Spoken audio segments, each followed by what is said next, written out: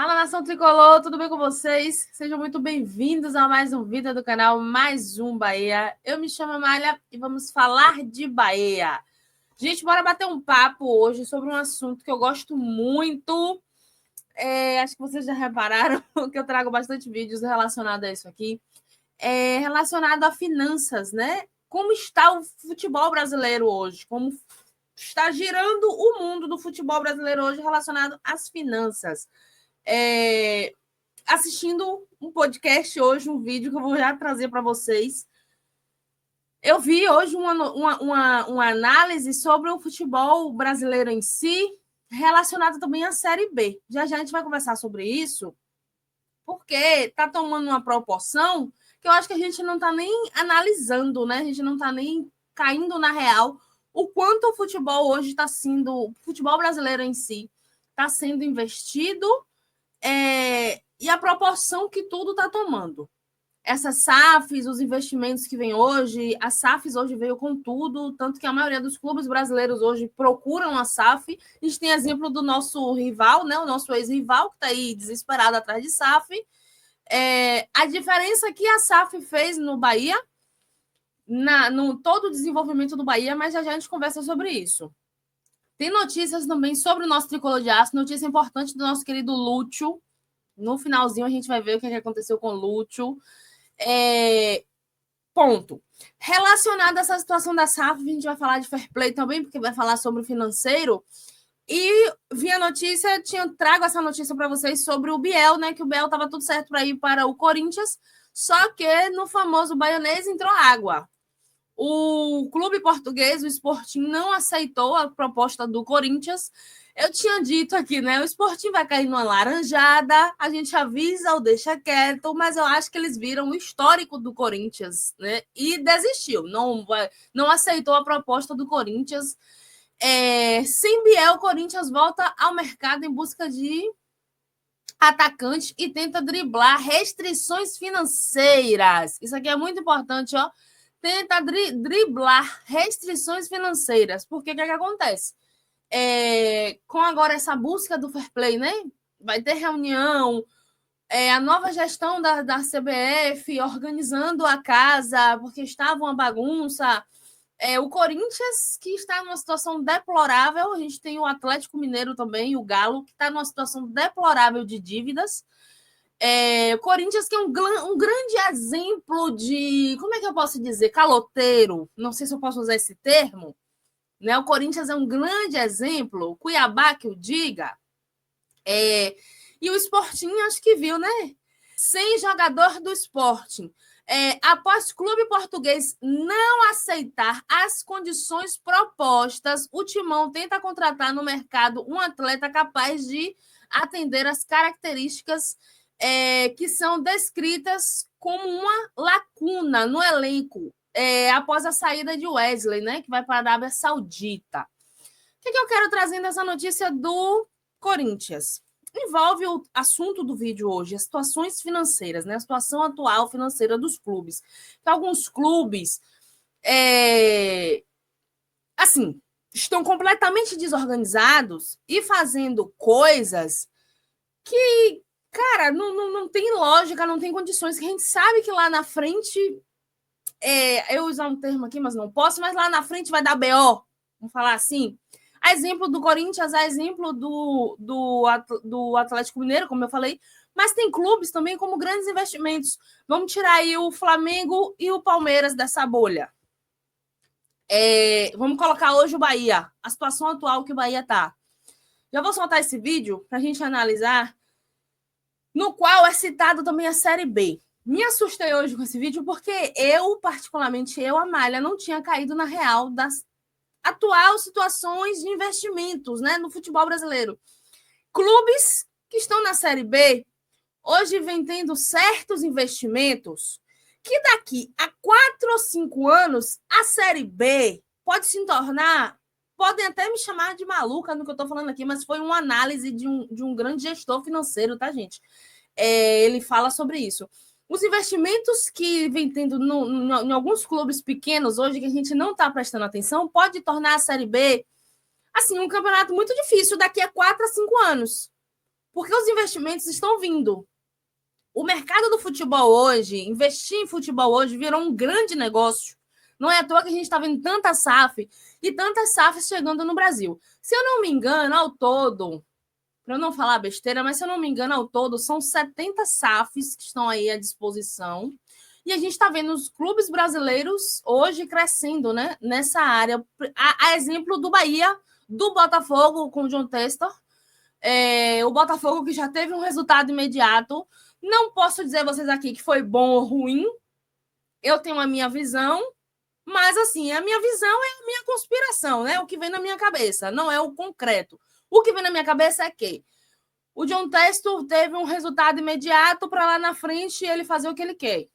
Ponto. É o meu pensar, tá, gente? Eu não estou dizendo que é isso que vai acontecer. Pode ser completamente ao contrário. Ele pode botar o Botafogo lá em cima, ganhando tudo, e vai continuar assim. É diferente do Bahia, né? O Bahia tem o Group City, na verdade, tem um modo de trabalhar que é mais lento. Ele está arrumando a casa, ele pagou as dívidas, ele está fazendo investimentos. A gente está vendo agora o exemplo do CT. Eu já falei isso várias vezes aqui. Voltando para os times da Série B, os times pequenos, a gente vê hoje um grande exemplo do Mirassol. O investimento do Mirassol foi um investimento sólido. O Mirassol não deve hoje a jogador nenhum, salários em dias. Então, isso é resultado de arrumar a casa. O resultado do Mirassol hoje é um bom investimento, é de arrumar a casa, é de colocar as mãos onde alcança e está conseguindo fazer o trabalho de casa. É um grande exemplo. A gente tem também o Ceará, né? O Ceará, eu não daria nada pelo Ceará na Série A. Para mim, era um dos candidatos a cair. E o Ceará está no patamar que está hoje. O que o Ceará tem? Desculpa, né? Mas assim, onde é que o Ceará chegou para estar onde está? Né? Bora ouvir agora esse podcast, essa análise, que eu acho de extrema importância, para a gente não ficar sendo aquele torcedor que só fica no sofá de casa ou vai para o estádio assistir um jogo e não sabe o redor do que está acontecendo, né? Uma coisa é você falar, o Flamengo, o Palmeiras estão investindo mais do que a média e aumentaram um pouco suas dívidas e tudo mais. Ok, eles podem fazer isso. E aí que a gente vai entrar no grande dilema da indústria do futebol e por que é tão difícil gerir clubes de futebol. Esses dois fazem, os adversários próximos querem fazer também, porque se não fizer, o torcedor reclama, a imprensa reclama, que todo mundo reclama, fala, pô, mas por que vocês não estão fazendo? Aí o adversário que não pode faz um pouco mais. Aí o adversário que é uma SAF olha e fala, peraí, esses caras que não são SAF estão fazendo, eu preciso investir e reformar meu ativo, vou lá e faço. Então, você incha, de certa forma, de uma maneira equivocada, toda a indústria. Não é só a receita que vai fazer a diferença, né? Uma boa aplicação dessa receita, ou quem tem menos dinheiro tiver uma boa aplicação, eficiência na gestão, vai conseguir melhores resultados. O Botafogo, com 600 milhões, a gente não sabe porque o Botafogo não divulgou balanços, né? Então, imagina-se que o Botafogo tenha feito mais ou menos uns 600 milhões de receita. Foi campeão brasileiro, campeão da Libertadores. O Fortaleza, com seus 300 e pouco, 400 milhões, foi quarto colocado. O Inter, com uma receita de terceiro bloco, foi quinto colocado. Se você for mais eficiente no uso do seu dinheiro, certamente você vai ser mais competitivo. Sim. É mais difícil ser competitivo contra Flamengo e Palmeiras porque eles têm as duas coisas, tem dinheiro e tem boa gestão. A questão das dívidas, para mim, ela é muito preocupante porque os clubes não dão atenção e elas vão travando ali a gestão. Vai chegar uma hora que o clube, na hora que ele perceber, ele já não tem mais como se reestruturar, porque elas ficaram muito grandes, que é o caso do Corinthians. Com 2,5 bi de dívida, organicamente não vai resolver. Tem que fazer alguma coisa mais drástica ou o clube não vai sair desse atoleiro. Isso tem que estar na cabeça do torcedor, que ter as finanças controladas, enfim, que tá com o clube sustentável, é importante para que ele continue torcendo para esse time, não agora só, né, que ele tente comemorar o título desse ano, mas que ele vai comemorar o título daqui 10 e que o filho dele vai comemorar o título daqui 30. E aqui está o X da questão relacionada ao Bahia. Eu venho falando muito sobre isso, mas é porque, gente, é super importante. A gente, torcedor, tem essa noção, tem essa análise de fora, né? Não há aquele amor torcedor, é análise de fora. De certo modo, é o que o Bahia vem construindo hoje. É importante arrumar a casa para lá na frente ter resultados. É porque muitos torcedores cobram hoje do Bahia já um título, um resultado imediato, mas é o que o Bahia vem construindo. Então, é super importante. Não adianta você estar aí fazendo contratações mirabolantes, como o Corinthians fez com o Depay, e agora está essa crise toda, acho que ele já até vai sair, né, do Corinthians. Pelo que eu tinha visto as notícias, ele vai até estar de saída. Então, assim, não adianta a gente querer meter os pés pelas mãos.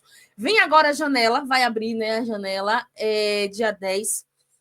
E assim, vamos ter os pés no chão, Vamos colocar os pés no chão, porque, mais uma vez, eu digo, não acredito que venha muitas contratações, tá?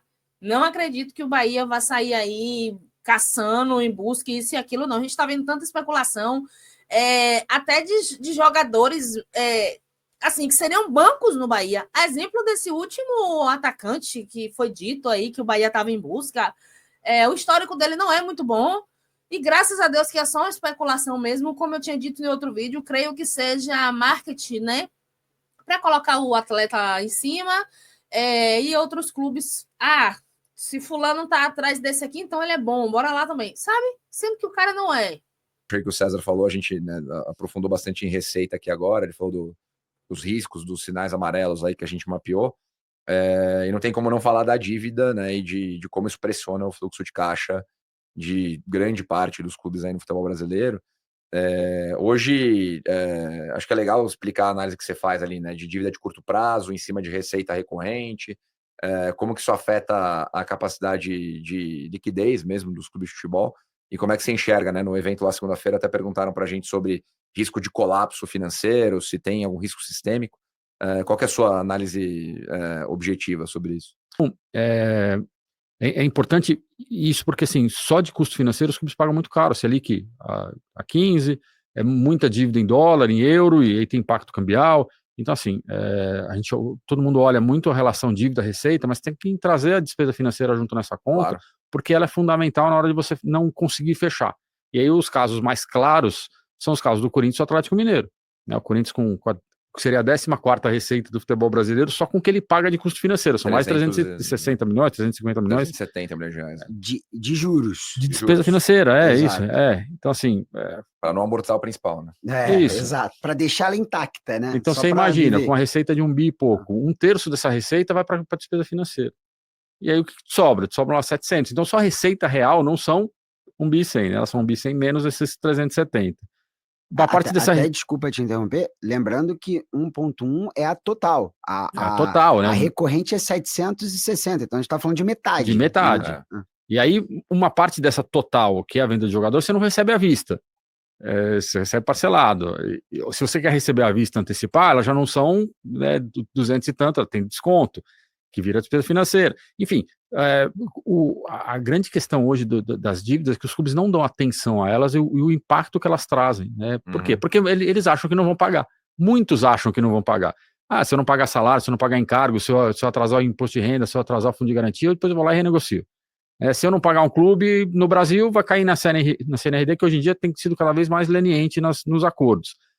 A única preocupação que muitos têm é com dívida com clubes no exterior, que aí a FIFA vem e coloca um banco. Mas a hora que ela coloca o banco, o cara vai lá e paga. Né? Então, ele deixa sempre, ele estica o prazo até onde dá para poder fazer essa gestão.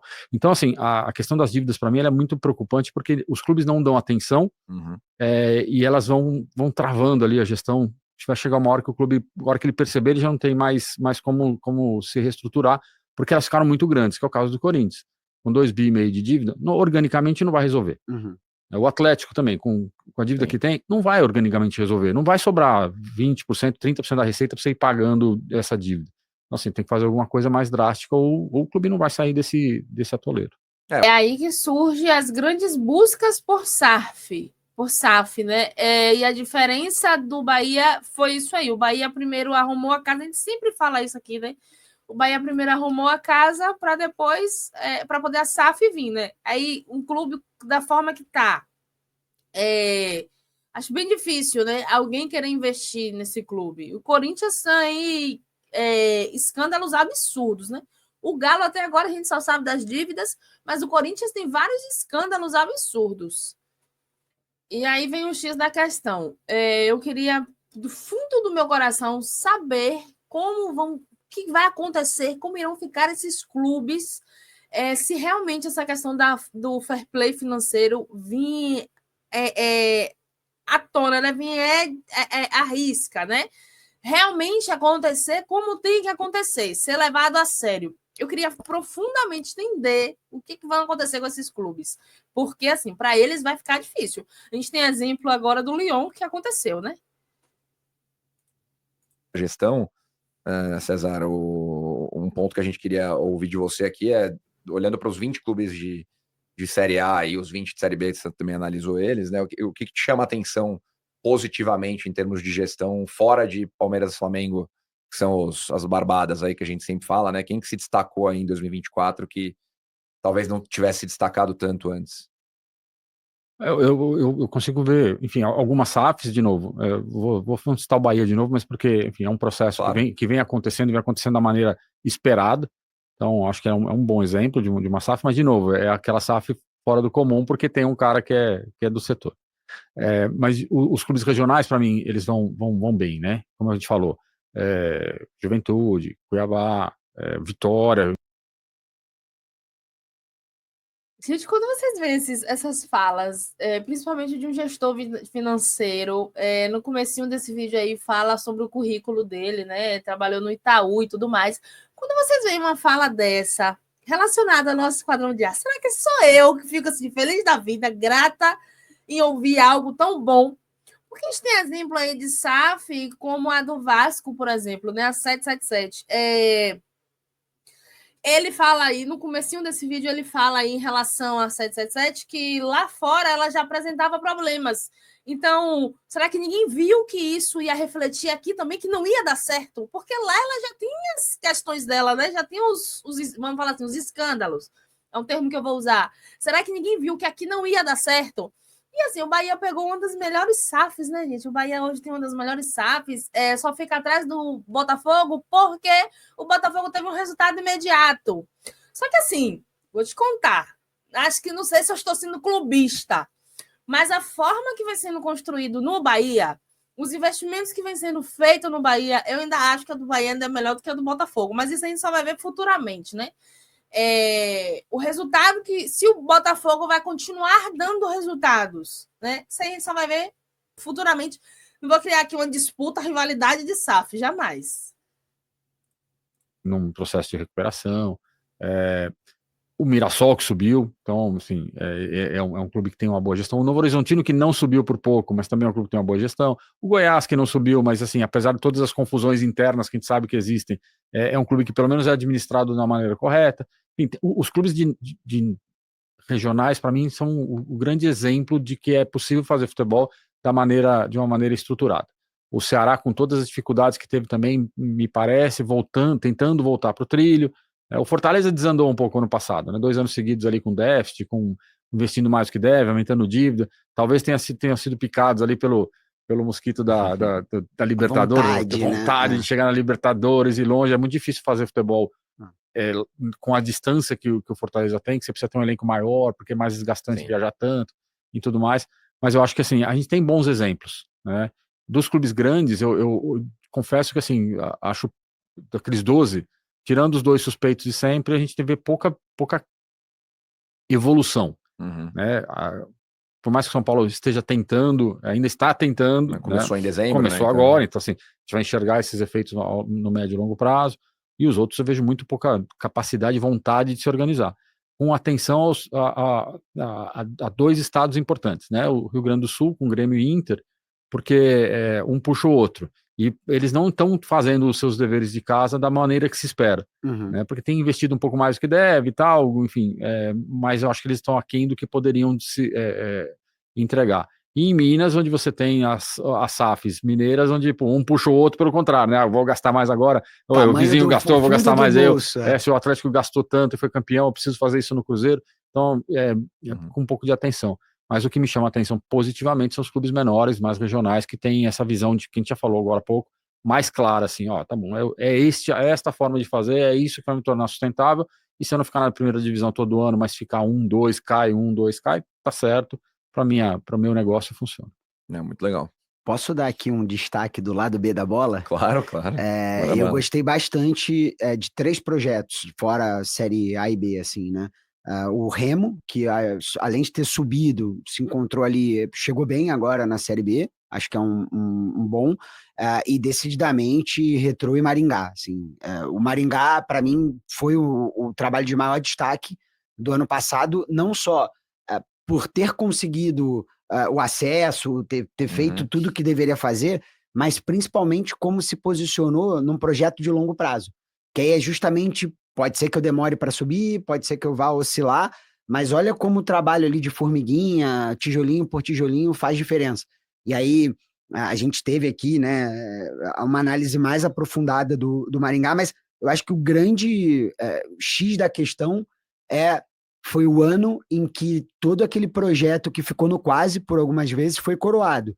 E a gente precisa destacar esse tipo de projeto porque é quem realmente faz a tal da governança, que a gente fala aqui, né, que é meio abstrata, mas que é muito legal. E até pegando o gancho, né, do Maringá, a gente trouxe esse dado no relatório também falando de SAF, né, de novo, a SAF não é a bala de prata, mas a gente tem a lei da SAF aprovada em agosto de 21, de lá para cá a gente chegou agora, né, esse número está 100% atualizado, que a gente olhou abril.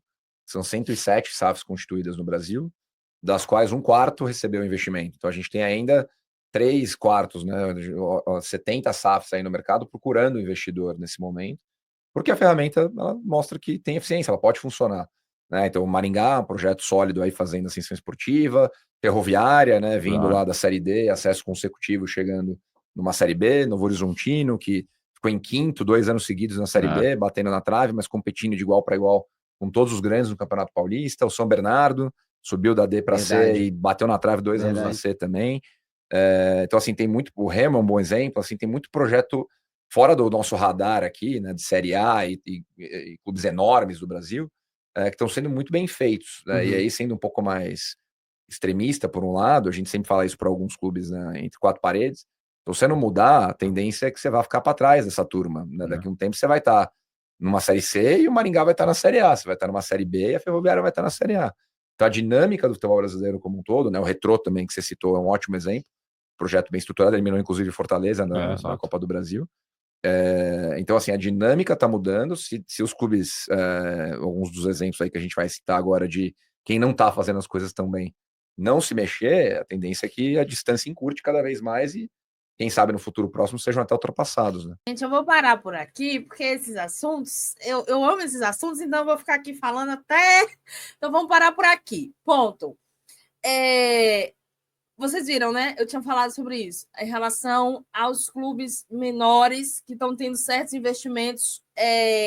O Retrô, pronto, o Retrô é um grande exemplo disso. Quando eu fui ver o que estava sendo construído no Retrô, acendeu o sinalzinho de alerta, foi aí que me acendeu esse sinal de alerta de que os clubes menores estão tendo um certo investimento que pode chegar lá na frente. E como eu disse, a Série B pode se tornar um campeonato forte. Porque hoje a gente considera muitos anos, né? A gente considera fraco. Foi rebaixado e tal. Mas, assim, pode chegar um nível de que pode chegar a ser um campeonato forte.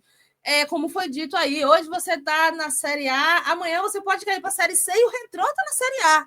Vocês entendem a questão do investimento que está sendo feito no futebol hoje, né?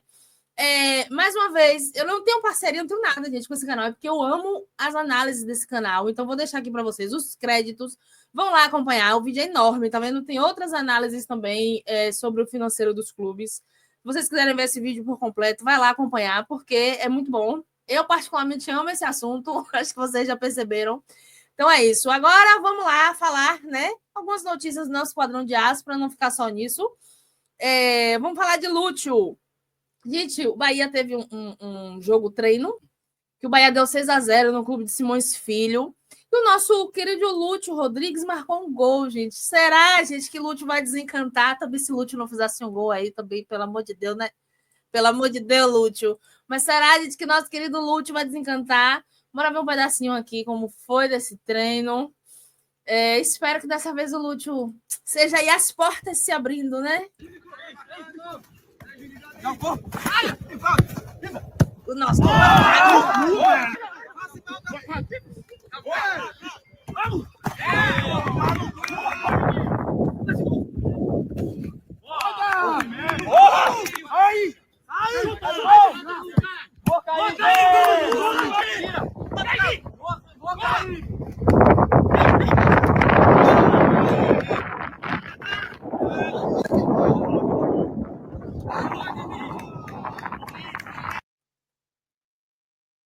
Gente, nosso homem gol. Será que está de volta, gente? Nosso homem gol. Olha os comentários. Lúcio fez um gol. Eu ouvi um amém. O outro, Lúcio voltou. Pulguinha demais, né, gente? Pulga é liso demais, parece que vai pegar, mas não pega nunca. Pulguinha é demais. É uma das melhores, assim, acho que um dos achados do Bahia, né? Foi o Pulguinha, que o Bahia comprou o Pulguinha tão barato e hoje o Pulguinha vale ouro. Nosso fantástico. E aí, voltando ao nosso Lúcio. Ai, gente, eu fiquei tão feliz. Será que desencantou? Será que agora foi? Bora ver, né? Próximo jogo. Ô, Lúcio, você tem que fazer um gol no próximo jogo, meu filho. Acho que isso aí foi a abertura dos caminhos. E com essa matéria, com essa imagem, eu me despeço. Marcou no jogo treino contra a seleção de Simões Filho. A boa fase voltou. Em um jogo treino, o uruguaio deixou o dele em goleada do esquadrão no time da seleção de Simões Filho. Bahia venceu de 6-0. Será, gente, que o nosso homem-gol voltou? Vocês não sabem como eu fiquei feliz quando eu vi essa notícia. Bom, me despeço por aqui com essa imagem. Beijo, tricolor. Fiquem com Deus. Até o próximo vídeo.